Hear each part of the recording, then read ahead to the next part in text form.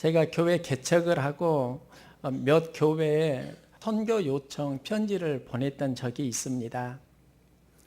그 후원이 있었기 때문에 올 수 있기도 했습니다.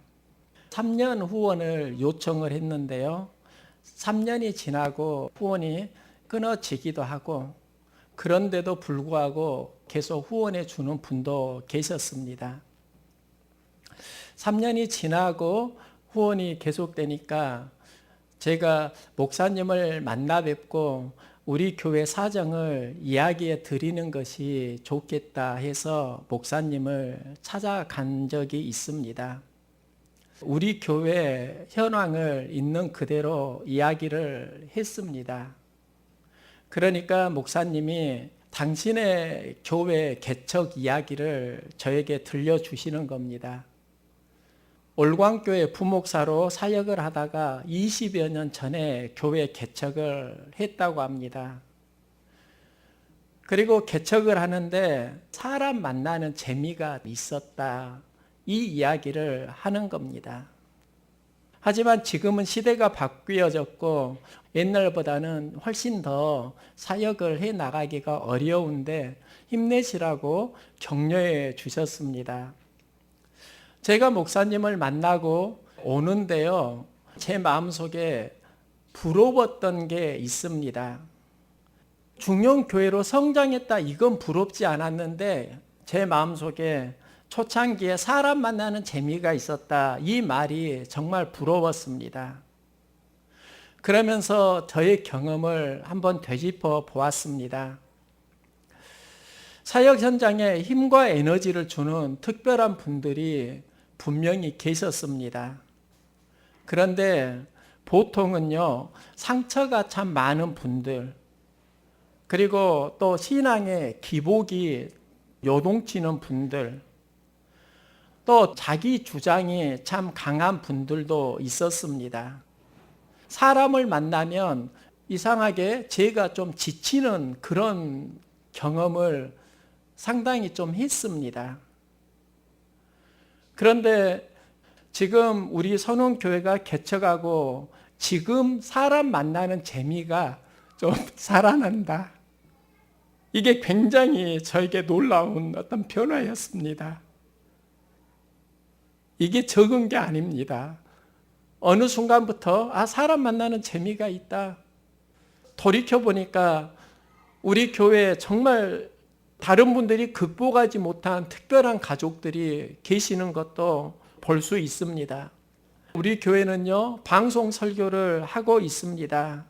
방송 설교를 듣고 오신 분들이 계십니다. 그런데 우리 교회에 오면서 방송 설교가 나가니까 규모가 있고 조직력이 잘 갖춰졌겠다, 이 기대를 하고 오시는데 교회 현장을 보면 부족한 게 너무나 많은 것을 느끼는 겁니다. 그래서 어떤 분은 말씀을 듣고 굉장히 은혜 받고 또 저의 메시지를 인터넷으로 다운받아서 그렇게 많이 듣고 예배를 참여를 했습니다. 그런데 예배자를 보니까 사람이 적어서 부담이 되었다고 합니다. 이제는 남성교회에서 활동을 하려고 하시는 분도 계십니다. 또 어떤 분은 우리 교회에 왔을 때 그때가 가장 어려운 때였습니다.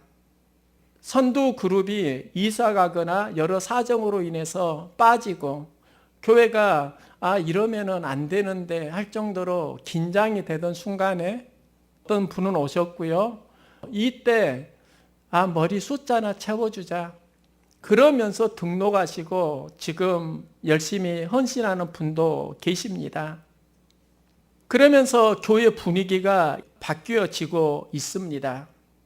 어느 누가 어떤 마음으로 오느냐에 따라서 굉장히 달라진다는 것을 저는 실감하고 있습니다. 전반기에 장년부 7명이 등록을 했습니다. 그들이 오면서 교회를 섬기게 되고 그 현장을 아내가 보면서 했던 말이 생생합니다. 일보다 사람이 참 중요하다는 것을 알았네요. 섬기는 현장에 활력이 있다는 것입니다. 저는 오늘을 상당히 기다리고 기대하고 있었습니다. 1년의 후반부입니다. 전반부를 통해서 우리 교회 상황을 진단하고 이제 후반부를 가족들과 함께 이제 시스템을 갖추어서 나갔으면 하는 마음의 소원이 있었습니다. 그리고 오늘 또 맥주 감사 주일입니다. 감사함으로 출발하는 것도 참 좋겠다. 그리고 교회 동역자들이 세워지게 됩니다. 그동안 버티는 교회에서 우리도 도약하는 교회가 되었으면 이 꿈을 가지고 있었는데요. 그 출발점을 오늘로 기대하고 기도하고 있습니다. 결국은 사람입니다.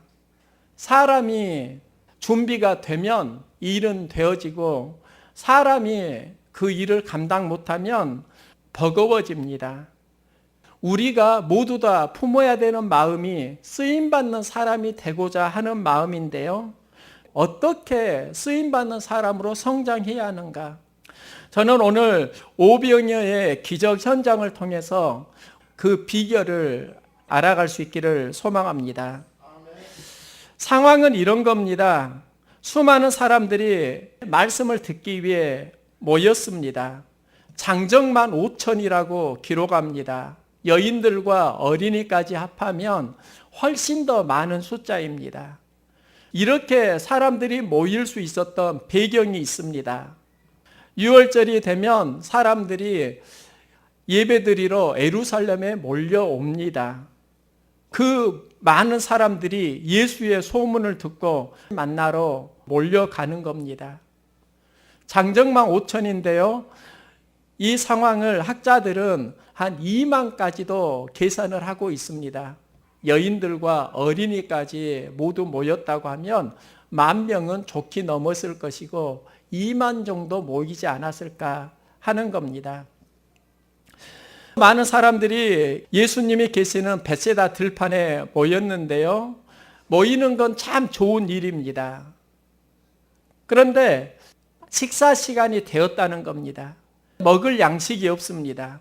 우리도 만나는 이야기입니다.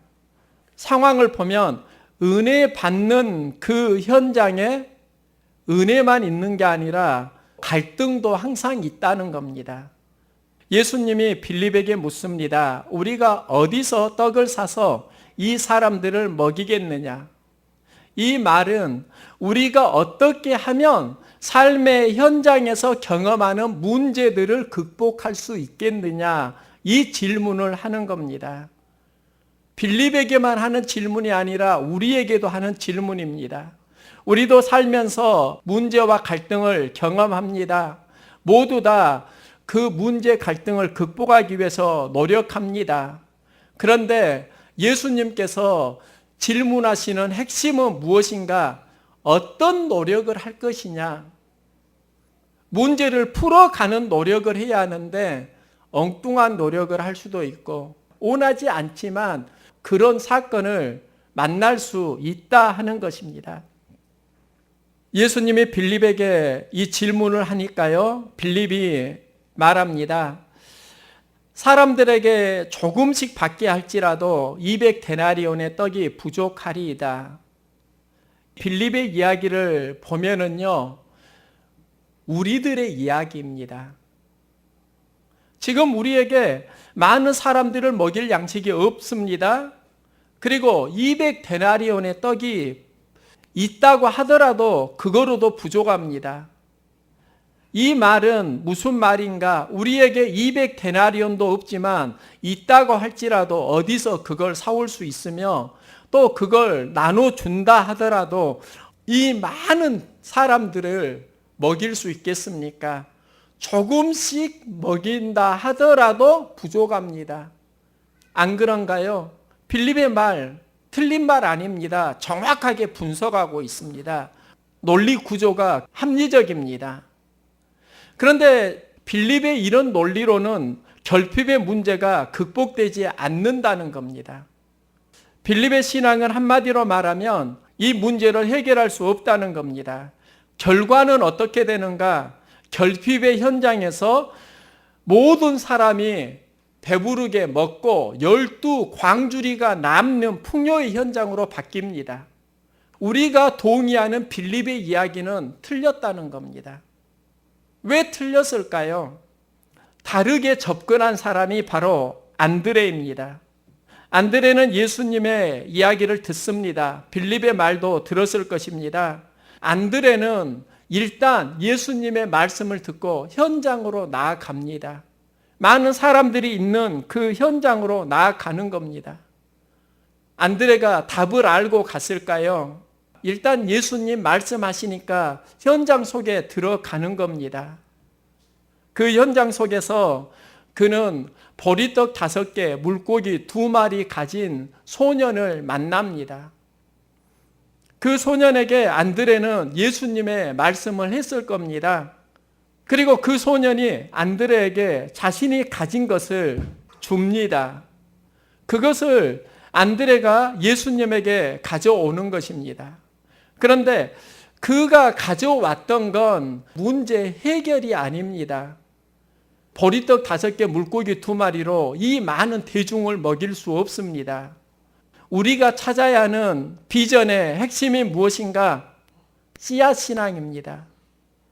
보리떡 5개, 물고기 2마리로 이 모든 것을 먹일 수 없다는 거 안드레도 당연히 알고 있습니다.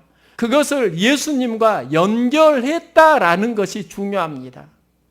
여기에서 기적의 출발점이 시작됩니다. 한 여인의 이야기입니다.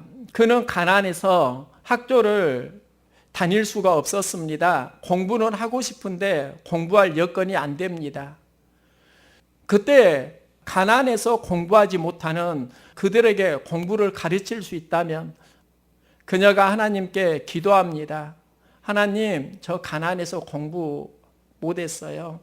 지금 가나안에서 공부하지 못하는 많은 사람들 있어요. 그들이 공부할 수 있도록 제가 쓰임받기를 원합니다. 학교를 세울 돈을 주세요. 하나님께 기도하는 겁니다. 그때 하나님께서 그녀에게 헨리포드를 찾아가 보아라, 이 이야기를 합니다. 그녀가 헨리포드를 찾아가서 학교를 세우려고 하는데 저는 가난합니다. 기부를 해 주십시오. 그때 헨리가 그녀의 이야기를 듣고요, 동전 하나를 성의 없이 줍니다. 그게 다임 하나입니다. 그 다임 하나는 거절의 표시였습니다. 그녀는 그 다임 하나를 가지고 하나님 앞에 다시 기도합니다. 하나님, 저 다임 하나 받았습니다. 이걸로 학교를 세울 수 없잖아요. 그때 하나님께서 그녀에게 감동을 주시는데요, 그 다임으로 씨앗을 사라. 그래서 씨앗 봉지를 사가지고 그녀가 가지고 있는 농장에 그 씨앗을 심기 시작합니다. 3년을 이렇게 반복합니다. 꽃을 심고 수확하고 또 씨앗을 심고 수확하고 3년을 반복하니까 조그만 막사 수준의 교실 하나를 짓습니다. 그곳에서 아이들을 가르치는데요, 다시 하나님께 기도합니다. 하나님, 지금 환경은 열악합니다. 그때 다시 헨리포드를 찾아가라. 감동이 오니까 그녀는 헨리포드를 다시 찾아갑니다. 몇 년 전에 선생님이 저에게 다임 하나를 주셨습니다. 그 다임으로 학교를 세웠습니다. 아이들을 가르치고 있습니다. 헨리포드가 그 말을 듣고요, 믿을 수 없는 겁니다. 정말인가 확인해 보러 그 현장에 갑니다. 그리고 그 현장에서 굉장히 큰 감동을 받습니다. 학교를 세울 수 있도록 100만 달러를 기부해 줍니다. 이제 명문고등학교가 탄생하는 것입니다. 다임 하나, 그 가치를 하나님 앞에 드리고 그게 씨앗이 되고 그 씨앗이 사람을 감동시키면서 명문고가 탄생을 하는 것입니다. 여러분 삶 가운데 나는 가진 게 없어요. 그리고 나는 부족해요. 그거 하나님 아십니다. 그런데 중요한 건 하나님이 받으시고자 하는 건 우리가 열매라고 생각하니까 하나님 앞에 온전히 드리지 못합니다.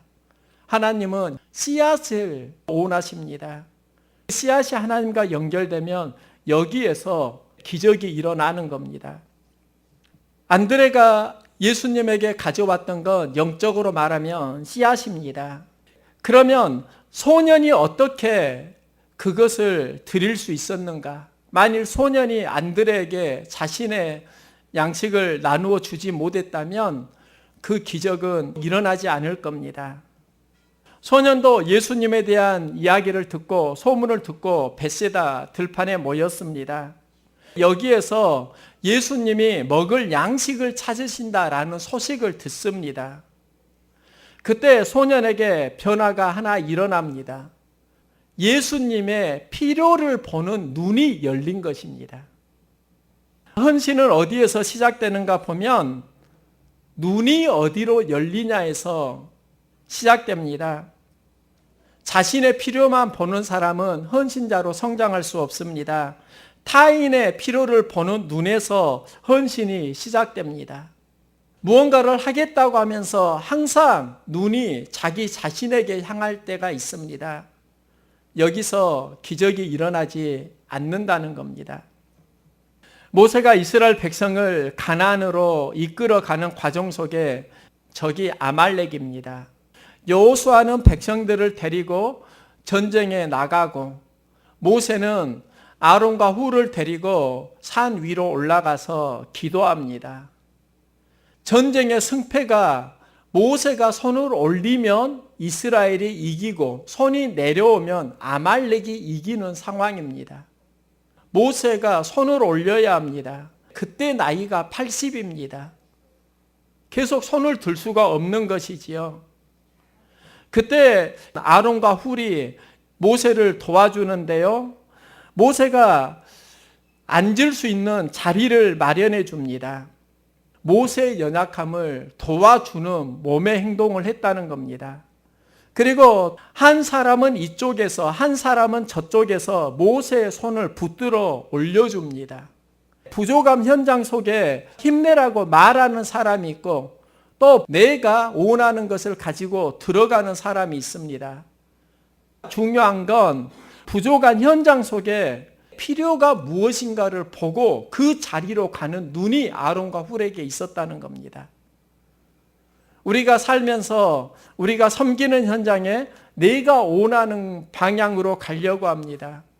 오른손이 좋다고 하면 오른쪽으로 몰릴 수도 있고 왼쪽이 좋다면 왼쪽으로 몰릴 수 있습니다. 하지만 아론과 훌은 오른손이 연약하면 오른손을 올려줍니다. 왼손이 내려오려고 하면 그 자리로 가는 겁니다. 우리가 언제 하나님 나라에 쓰임받는 동역자가 될 수 있는가? 하나님의 필요를 보는 눈이 열릴 때부터입니다. 우리가 눈이 있는데 그 눈이 다 다르다고요. 나의 눈만 가지고 살아가는 사람이 있고 하나님의 필요를 보고 살아가는 사람이 있습니다. 하나님의 필요에 눈이 열리면 여기서부터 새로운 일이 일어납니다. 어느 날 하나님의 사람 엘리야가 사르밧 과부를 찾아갑니다. 먹을 양식을 얻기 위해서입니다. 하나님이 사르밧 과부에게 가라고 시킨 겁니다. 저는 이 상황을 보면은요, 엘리야의 마음이 하나님 원망스러웠을 것 같기도 해요. 먹을 걸 부자한테 달라고 해야지 어떻게 사르밧 과부 그에게 보내가지고 먹을 걸 달라고 하는가. 이 말을 하는 엘리야도 난처하고요. 하나님이 그걸 시켰다고 하니까 참 하나님을 이해할 수가 없는 겁니다. 그런데 그 사르밧 과부가 엘리야에게 자신이 가진 것으로 섬깁니다. 과부가 최선을 가지고 엘리야를 대접하니까 기근의 기간 동안 하나님이 그의 양식을 계속 부어주시는 사건으로 연결됩니다. 과부가 축복을 받는 과정에는 달라진 눈이 있습니다. 나에게 가진 게 너무 없다. 이걸 아는데요. 엘리야를 보면서 하나님이 엘리야를 보내셨다. 엘리야를 섬기는 건 하나님을 섬기는 것이다. 그 마음으로 종을 대접합니다. 눈이 달라진 겁니다. 나의 필요만 보던 눈이 하나님이 무엇을 원하시는가? 그걸 보고 그렇게 행동을 하니까 하나님의 공급하시는 양식이 그의 삶을 새롭게 채워주는 겁니다. 섬기려고 할 때 다 섬기지 않겠다가 아니에요. 열심이 있어요.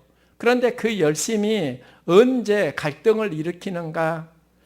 자기 기분과 자기 감정으로 자기의 눈으로만 그 일을 하려고 하니까 쉽지 않은 것을 보았습니다. 온전한 헌신은 주님의 필요를 보고 주님의 마음을 보는 눈으로 새롭게 열릴 때부터 시작됩니다. 힘과 용기가 그때 생기는 겁니다. 기적이 일어나는 현장을 보면 씨앗 신앙의 안드레가 있고요. 또 주님의 필요를 보고 헌신하는 한 소년의 이야기가 있습니다. 그런데 그들이 전부 다 어디와 연결되었는가? 예수님과 연결하고 있습니다. 이때 예수님은 보리떡 5개, 물고기 2마리를 받으십니다. 이게 단순한 이야기가 아니다고요. 극복해야 되는 문제는 굉장히 큰데 그걸 극복할 수 있는 힘은 이따만큼밖에 없다는 겁니다. 해결할 수 없다는 겁니다. 이때 나오는 게 뭐예요? 불평하고 원망하고 짜증내는 게 이런 상황에서 나오는 것 아닙니까? 하지만 예수님을 보십시오. 예수님은 하늘을 우러러 축사하셨다. 이 축사하셨다의 언어가 유카리스트이고요. 이 말이 감사하다라는 의미입니다. 예수님은 문제는 굉장히 큰데 불평하지 않으시고 하나님께 감사함으로 출발합니다. 우리는 보리떡 5개, 물고기 2마리로 수많은 사람들을 먹여 살렸다. 이 기적을 보면서 예수님의 위대함을 보는데요. 생각이 바뀔 수 있기를 소망합니다. 진짜 바뀌어야 됩니다. 예수님께서 어떻게 기적을 일으키셨는가? 작아서 불평하고 짜증나는 이 상황, 이것을 가지고 하나님께 감사하면서 연결해 간다는 겁니다. 예수님은 부족하지만 감사로 사역을 시작하십니다. 우리는 열심은 내는데 그 열심 속에 부족할 때 감정이 요동치고 불평하고 또 원망하고 그러면 그게 누구와 연결되는 거지요? 우리가 하나님께 연결시키는 신앙의 행동을 해야 되는데 불평, 원망, 짜증은 하나님과 연결되는 게 아니라 어둠의 권세, 마귀하고 자꾸 연결된다고요. 마귀가 연결되면 하나님의 일을 당연히 방해하지요. 불평과 짜증으로 내는 열심은 하나님의 사역을 방해할 수도 있다. 이게 두려운 일입니다. 사역을 하겠다. 이것보다 더 중요한 건요. 불평, 원망의 환경을 감사함으로 하나님과 연결하겠다. 이 기도를 먼저 해야 하는 겁니다. 여기에서 놀라운 능력이 일어나는 겁니다. 우리의 삶을 보면 항상 부족함이 있습니다. 결핍이 있습니다. 그리고 이 결핍 속에서 하나님은 풍요로움의 현장으로 바꾸어 가기를 열망하십니다. 그 풍요로움으로 바뀌어가는 현장에서 예수님이 하셨던 게 무엇인가? 안드레가 씨앗을 가져옵니다. 그리고 그 소녀는 주님의 필요를 보는 눈이 열립니다. 그게 예수님과 연결됩니다. 예수님은 그걸 받으시고 어떻게 믿음의 경주를 해 나가시는가? 이제 감사함으로 달려가시는 겁니다. 우리가 받았는데 감사함으로 달리는 게 아니라 투덜투덜하고 마지막 주자가 갑니다. 에고 짜증내고 갑니다. 거기서 차단되는 겁니다. 2018년도 하반기가 시작됩니다. 그리고 교회에 새로운 일꾼도 세워지게 됩니다. 그 일꾼들이 모두 다 나 쓰임받는 일꾼 되고 싶어요. 그리고 선운 공동체가 믿음의 도약을 하는데 그 현장에 쓰임받고 싶어요.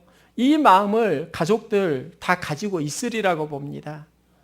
이 마음이 어떻게 현실화될 수 있는가? 빌립형 신앙은 누구나 다 가지는 신앙입니다. 환경을 봅니다. 진단합니다. 결론은 안 된다입니다. 이 생각에서 안드레의 씨앗 신앙을 만날 수 있기를 소망합니다. 여러분이 가진 것 중에 씨앗을 만나십시오. 그 씨앗을 하나님과 예수님과 연결하십시오. 그리고 눈을 열어갈 수 있기를 소망합니다. 눈이 열리는 만큼 삶의 크기가 열립니다. 눈이 비전하고 연결됩니다.